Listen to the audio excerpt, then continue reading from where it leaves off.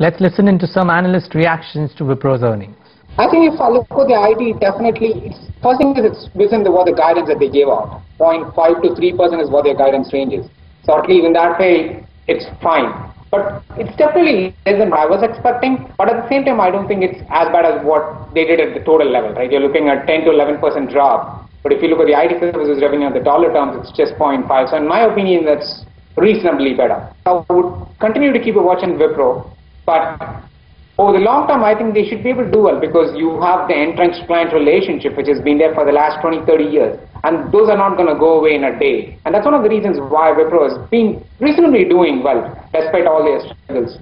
Their client retention rate has remained stable. The number of clients has actually been going up, which does mean that clients are looking at Wipro as a viable alternative when it comes to IT outsourcing.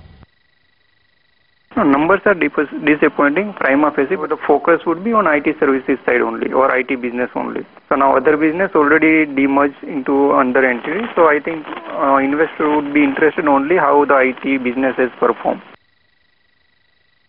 The revenue picture is clearly disappointing. I mean, the thing is, in terms of IT services also, they've just done about 1585 million, which is hardly a growth of 0.5% on a quarterly basis.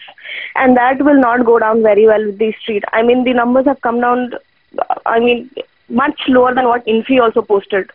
That's the one thing which is quite disappointing. In a quarter which is good for IT companies, if even on the upper end, if you're looking at just 2% kind of dollar revenue growth, that is not gonna go well with the overall, with the stock price.